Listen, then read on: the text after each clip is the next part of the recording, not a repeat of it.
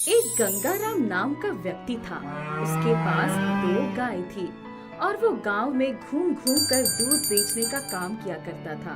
अरे रुको गंगाराम भाई, आओ जरा, 1 लीटर दूध दे दो जल्दी से। जी अभी देता हूँ। गंगाराम उस आदमी को दूध दे देता है। आपका दूध तो एकदम स्वादिष्ट और बिना मिलावट का होता है। वहीं देख लीजिए, संजीव को दूध कम और पानी ज्यादा बेचता है। क्या सच में? ना बाबा ना, मैं तो कभी ऐसा ना करूं। इतना कहकर गंगाराम वहाँ से चला जाता है। थोड़ा आगे जाने पर उसे याद आता है कि आज घर पर लकड़ी नहीं है। अरे याद आया, आज तो घर पर बिल्कुल भी लकड़ियाँ नहीं बची। सीता ने कहा था लकड़ी काट कर जंगल से लेते आना। अभी जाता हूँ और लकड़ी काट कर लाता हूँ।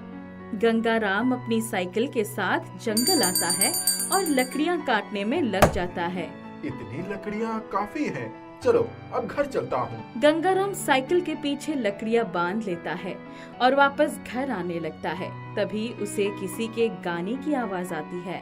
मैं तो रास्ते से जा रहा था, भेलपुर जा रहा था। अरे ये आवाज कहाँ से आ रही है? अभी देखता हूँ। गंगाराम देखता है संजीव जंगल में आकर अपनी दूध में मिलावट कर रहा है। अरे ये तो संजीव है, यहाँ क्या कर रहा है? गंगाराम संजीव के पास जाता है। संजीव गंगाराम को देखकर डर जाता है। गंगाराम, तुम यहाँ क्या कर रहे हो? जाओ जाओ जाओ यहाँ से। संजीव, ये तुम गलत कर रहे हो। अपने ग्राहकों को मिलावटी सामान बेचने का सोच रहे हो। अरे ये एक दिन की बात नहीं है, ये मेरा हर रोज का काम है। ज्यादा पैसा कमाना है तो ये सब करना पड़ता है। तुम नहीं समझोगे। तुम जाओ और शुद्ध शुद्ध सामान बेचो। मैं तो ऐसे ही मिलावटी चीजें बेचूंगा। गंगाराम चुपचाप वहाँ से चला जाता है। गंगाराम के दिमाग में संजीव की बातें ही घूम रही थी। अगले दिन गंगाराम गाय से दूध निकालने आता है, मगर आज गंगाराम की गायों ने आम दिनों से कम दूध दिया था। अरे आज तो दूध कम हो गया। अब क्या करूं? ग्राहक तो बहुत ज्यादा आते हैं। कम दूध होने की वजह से मुझे बहुत नुकसान हो जाएगा। इतना कहकर वो कुछ तरकीब सोचने लगता है। तभी उसे संजीव की बातें याद आती है। एक काम करता हूँ, बस आज एक दिन दूध में मिलावट कर देता हूँ। किसी को पता भी नहीं चलेगा और कल से फिर पहले जैसा ही दूध बेचा करूँगा। यही सोचकर गंगाराम दूध में मिलावट करके दूध का मात्रा बढ़ा देता है और दूध बेचने निकल पड़ता है। सभी गंगाराम के पास आकर दूध ले जाते हैं। वाह, पूरा दूध बिक गया और जरा भी नुकसान नहीं हुआ। क्या खूब तरकीब है। अगले दिन गंगाराम की गायों ने पहले जैसा ही दूध दिया, मगर आज भी गंगाराम के मन में लालच आ जाता है। अगर थोड़ा सा मिलावट कर दूंगा तो किसी को पता नहीं चलेगा और ज्यादा दूध बिकेगा तो पैसे भी ज्यादा मिलेंगे। यही सोचकर गंगाराम और भी ज्यादा लालच करने लगता है और संजीव की तरह ही अपने दूध में भी मिलावट शुरू कर देता है। कुछ दिनों तक कोई कुछ भी नहीं बोलता है। कुछ दिनों बाद सभी गंगाराम से शिकायत करने लगते हैं। गंगाराम, आजकल आपके दूध में भी वो बात नहीं रह गई है जो पहले थी। पहले बच्चे झट से दूध पी लेते थे, मगर अब तो कहते हैं बिल्कुल स्वादिष्ट नहीं है। चाय बनाओ तब भी पहले जैसा स्वाद नहीं आ रहा है। क्या बात है? कोई बात नहीं है भाई, आजकल गाय थोड़ी बीमार चल रही है, बस इसीलिए ऐसा हो रहा है। आप चिंता ना करें, कुछ समय बाद दूध बिल्कुल पहले जैसा ही हो जाएगा। जी वही सही रहेगा। लगातार कई ग्राहकों से ऐसी ही बात सुनकर गंगाराम सोचता है, इस तरह कहीं मेरे ग्राहक कम ना हो जाए। क्या करूं? गंगाराम थोड़ा और सोचता है। अरे नहीं नहीं, कोई नहीं जाने वाला। वैसे भी किसी को संजीव पर विश्वास नहीं है और संजीव के अलावा यहाँ कोई और दूध नहीं बेचता है, तो सभी मुझसे ही दूध लेने आएंगे। गंगाराम दूध में मिलावट करना नहीं छोड़ता है। तभी गांव में मिंटू नाम का एक आदमी कुछ गाय खरीद लेता है और दूध बेचने का काम शुरू कर देता है। मिंटू बिल्कुल शुद्ध दूध दिया करता था। बिना मिलावट का सभी लोग मिंटू के पास से ही दूध लेने लगते हैं, क्योंकि गंगाराम के दूध में बिल्कुल भी स्वाद नहीं होता था। ये देख गंगाराम को बहुत जलन होती है। अरे ये अचानक मिंटू दूध बेचना क्यों शुरू कर दिया? उसकी वजह से मेरा पूरा धंधा चौपट हो गया। कोई भी मुझसे दूध लेने नहीं आता, सभी उसी के पास जाते हैं। इसका कुछ ना कुछ तो करना ही पड़ेगा। गंगाराम संजीव के पास जाता है। देख रहे हो संजीव भाई, मिंटू ने क्या किया? हम दोनों का धंधा उसने बंद करवा दिया है। हाँ, ये तो तुम सही कह रहे हो। इसका कुछ ना कुछ तो करना पड़ेगा। क्यों ना हम दोनों मिलकर उसके दूध में भी मिलावट कर दें, जिससे उसके पास कोई भी ग्राहक नहीं जाएगा। मगर वो कैसे? जब वो दूध निकाल कर जाएगा, तब हम जाकर उसके दूध में पानी मिला देंगे।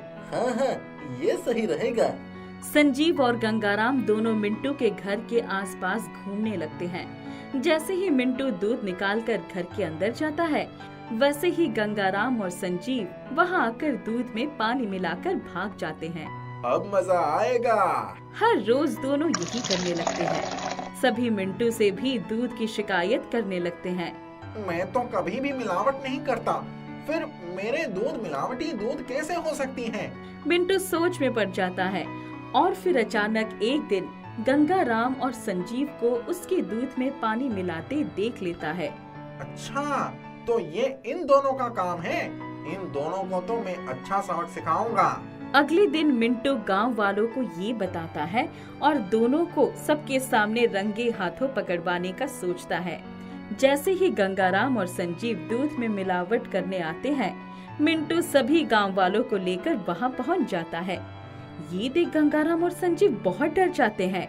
गांव वाले दोनों की बहुत पिटाई करते हैं। मैंने तुम दोनों के साथ आज तक कभी कुछ बुरा नहीं किया, फिर भी तुम लोगों ने ऐसा क्यों किया? तुम्हारी वजह से हमारा धंधा चौपट हो गया था, इसीलिए हमें तुमसे जलन होने लगी थी, इसीलिए हमने ऐसा किया। अरे देखो भाइयों, इन दोनों से कोई भी दूध मत लेना। अब से हम सिर्फ मिंटू से ही दूध लेंगे। अपनी लालच की वजह से गंगाराम अपना धंधा बंद करवा लेता है और अब वो चाहकर भी कुछ नहीं कर पाता। एक गांव में भोली और भूरी नाम की दो फल बेचने वाली रहती थी। दोनों हमेशा साथ रहती थी और एक दूसरे की मदद भी करती थी। चलो चलो जल्दी करो, फल बेचने नहीं जाना? हाँ हाँ, आ रही हूँ। भूरी, आज देर लगा दी, बाजार में फल नहीं बेचने? अरे बेचने हैं। आज मेरे मामा जी कई सालों बाद मेरे घर आए हैं। वो मुझे अपने साथ कुछ दिनों के लिए ले जाना चाहते हैं। पर क्या भूरी, तुम काफी सालों से यही फल बेच रही हो। कुछ दिन अपने मामा के साथ बाहर जाओ, थोड़ा घूम लो, फिर बाकी जिंदगी फल ही तो बेचने हैं। जाना तो है, पर मामा जी आज ही जाने की बात कर रहे हैं और आज ही निकल गई तो मेरे फलों को कौन बेचेगा? मेरा काफी नुकसान हो जाएगा। बस इतनी सी बात, तो पहले क्यों नहीं कहा? मैं एक काम करती हूँ, मैं अपने फलों के साथ साथ तुम्हारे फल भी बेच दूंगी और फिर जब सारे फल बिक जाएंगे तो मैं तुम्हारी टोकरी तुम्हारे घर पर रख दूंगी। ऐसे फलों का भी नुकसान नहीं होगा और तुम भी आराम से अपने मामा के साथ जा सकती हो। सच में भोली, तुम मेरी सच्ची दोस्त हो। ये लो फलों की टोकरी, कोशिश करना कि तुम इसे अच्छे दाम में बेच सको। आखिर वापस आकर मुझे अपने मकान का किराया जो भरना है। भोली, तुम चिंता मत करो, मैं तुम्हें अच्छे दाम दिला दूंगी। भोली की बात सुनकर भूरी खुशी खुशी अपने मामा जी के साथ घूमने निकल गई। भूरी के जाने के बाद भोली अपनी पड़ोसन रुक्कू के साथ मिलकर फल बेचने निकल पड़ी। रुक्कू बड़ी ही चालाक थी। वो चाप गांव से निकल गई। कुछ दिन बाद जब भूरी वापस आई तो उसने भोली को हर जगह ढूंढा, पर वो कहीं नजर नहीं आई। तब उसने रुक्कू से भी पूछा, पर रुक्कू ने भी कोई जवाब नहीं दिया। पैसा ना होने के कारण भूरी को भी अपना घर छोड़ना पड़ा और वो जंगल में भटकने लगी। कुछ देर जंगल में चलते चलते वो एक पेड़ के नीचे सो गई। तब उसने देखा टोकरी पड़ी है। टोकरी को देखकर भूरी ने सोचा, ये छोटी सी टोकरी मेरे बड़े काम आ सकती है। मैं इसी जंगल से कुछ फल ले जाती हूँ और बाजार में बेचती हूँ। फिर जो पैसे मिलेंगे मैं उससे अपना गुजारा कर लूंगी। भूरी ने जंगल से कुछ फल तोड़े और बाजार की ओर चल दी। बाजार जाकर उसने जैसे ही अपने फल बेचने शुरू किए तो लोगों की भीड़ इकट्ठी हो गई और देखते ही देखते उसके सारे फल खत्म हो गए थे। वाह, मेरी टोकरी तो खाली हो गई। काश कुछ और फल होते तो मैं थोड़े और पैसे बना लेती। फिर मेरे सर पर एक बार फिर छत होगी। भूरी ने जैसे ही मन में ये सोचा तो उसकी टोकरी से भर गई। भूरी ये सब देखकर हैरान हो गई और उसने खुशी खुशी अपने फल बेचने शुरू कर दिए। ये फल भी जल्द ही बिक गए और टोकरी से भर गई। अब मेरी टोकरी 3 बार भर गई है। मुझे लालच नहीं करना चाहिए और अब मैं कल फिर से थोड़े फल बेचूंगी। भूरी हर रोज फल बेचती और पैसे बचाकर उनसे अपने लिए एक बड़ा घर खरीदा, पर वो हमेशा अपनी कमाई का एक हिस्सा गरीबों में बांट देती थी। एक दिन वो गरीबों को खाना बांट रही थी तो उसने देखा कि भोली भी वहाँ खड़ी है। भूरी को देखकर भोली ने अपनी नजर झुका ली और शर्मा कर वहाँ से निकलने लगी। तब, अरे भोली, कहाँ जा रही हो? मैंने तुम्हें कहाँ नहीं ढूंढा। भूरी, मुझे माफ कर दो। मैंने लालच में आकर तुम्हारा नुकसान करने की कोशिश की, पर देखो आज मेरी भी रोजी रोटी मुझसे छीन ली गई। पर क्या हुआ? भोली ने भूरी को सारी कहानी बताई। पहले तो भूरी को बहुत गुस्सा आया, पर फिर वो शांत हो गई। भोली, जो तुमने किया वो गलत तो है, पर अंत भला तो सब भला। अब तुम भी मेरे साथ चलो और मेरे साथ जादुई टोकरी से फल बेचो। आखिर एक दोस्त ही एक दोस्त के काम आता है। कमल के दुबले पतले होने का हर कोई मजाक उड़ाया करता था। सुनैना, तुम अपने बेटे को कुछ खिलाती पिलाती नहीं हो क्या? माँ जी, सब कुछ खिला पिला कर देख लिया, दूध, मखाने, केले, सब कुछ, लेकिन इसके शरीर को तो कुछ लगता ही नहीं। ये बिल्कुल अपने दादाजी पर गया है। वो भी इसी की तरह पतले दुबले थे। लेकिन दादी, सब लोग मुझे लकड़ी लकड़ी बोलकर मेरा मजाक उड़ाते हैं। अब तुम दुबले पतले हो तो इसमें तेरी क्या गलती? उदास मत हो, जाकर खा ले। कमल अपने दोस्त चमन के साथ खेल रहा था। तभी वहाँ 2 और लड़के आ गए। ये बॉल हमारा है। नहीं नहीं, ये मेरा बॉल है। कल ही मेरे पापा ने मुझे दिलाया है। अब तक ये तेरा था, अब ये बॉल हमारा है। नहीं, मेरा है। अरे लकड़ी, तू हमसे लड़ेगा? चल कमल, यहाँ से चलते हैं। इन लोगों के मुंह लगना ठीक नहीं है। नहीं, वो बॉल मेरा है। कमल चल यहाँ से, हम नया बॉल ले लेंगे। चलो यहाँ से। चमन कमल का हाथ पकड़ के उसे घर की ओर ले जाता है। लड़के उसे पीड़ित कर देते हैं। उन लोगों की बात सुनकर कमल को बहुत गुस्सा आ रहा था, लेकिन वो कर भी क्या सकता था। निराश होकर कमल एक पेड़ के नीचे बैठ जाता है।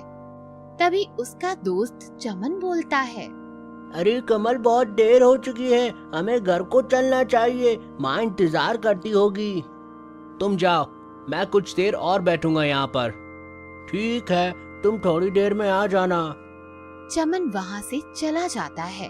थोड़ी देर बाद कमल ने भी घर लौटने का सोचा। जब वो घर की तरफ आ रहा था, उसे एक केले का पेड़ दिखा जो तेज रोशनी से चमक रहा था। कमल उस पेड़ के पास जाता है। तभी अचानक पेड़ से एक आवाज आती है। कमल, मैं जानता हूँ कि तुम क्यों दुखी हो। मैं तुम्हारी मदद ही करना चाहता हूँ। भला एक पेड़ मेरी मदद कैसे कर सकता है? और क्या भला एक पेड़ बोल भी सकता है? कमल, मैं सच में बोल सकता हूँ, क्योंकि मैं एक जादुई केले का पेड़ हूँ और मैं सच में तुम्हारी मदद करना चाहता हूँ। आप कैसे मेरी मदद कर सकते हैं? ये देखो, ये सब जादुई खेल है। तुम इनमें से कोई भी एक केला खा लो और फिर देखो क्या होता है। कमल ने जैसे ही एक केला तोड़ा और जब कमल ने उसको खाया तो उसका शरीर अपने आप बड़ा हो गया। उसका शरीर स्वस्थ हो गया और वो बहुत ही सुंदर दिखने लगा। कमल बहुत खुश हो जाता है। धन्यवाद, बहुत बहुत धन्यवाद तुम्हारा। क्या अब तुम हमारी मदद कर सकते हो? हाँ हाँ, क्यों नहीं, बोलो तो सही, मैं तुम्हारी मदद जरूर करूँगा। मैं काफी दिनों से बहुत प्यासा हूँ। क्या तुम उस तालाब से मेरे लिए पानी ला सकते हो? हाँ हाँ, क्यों नहीं। कमल तालाब के पास जाता है और वहाँ से पानी भरकर ले आता है।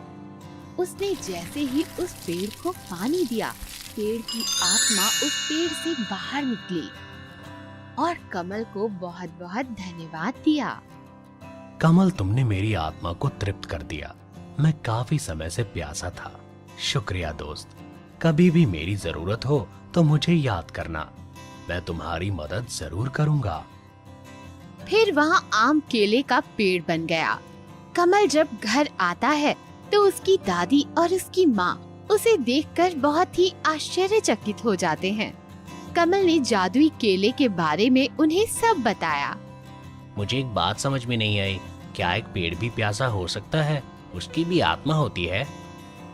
हाँ बेटा, पेड़ों में भी आत्मा होती है। पेड़ों की अपनी भूख होती है। उसे भी हमारी तरह पानी और प्रकाश की जरूरत होती है। दादी माँ, आज से मैं अपने सभी पेड़ों में पानी डालूंगा। कोई भी पेड़ प्यासा नहीं रहेगा।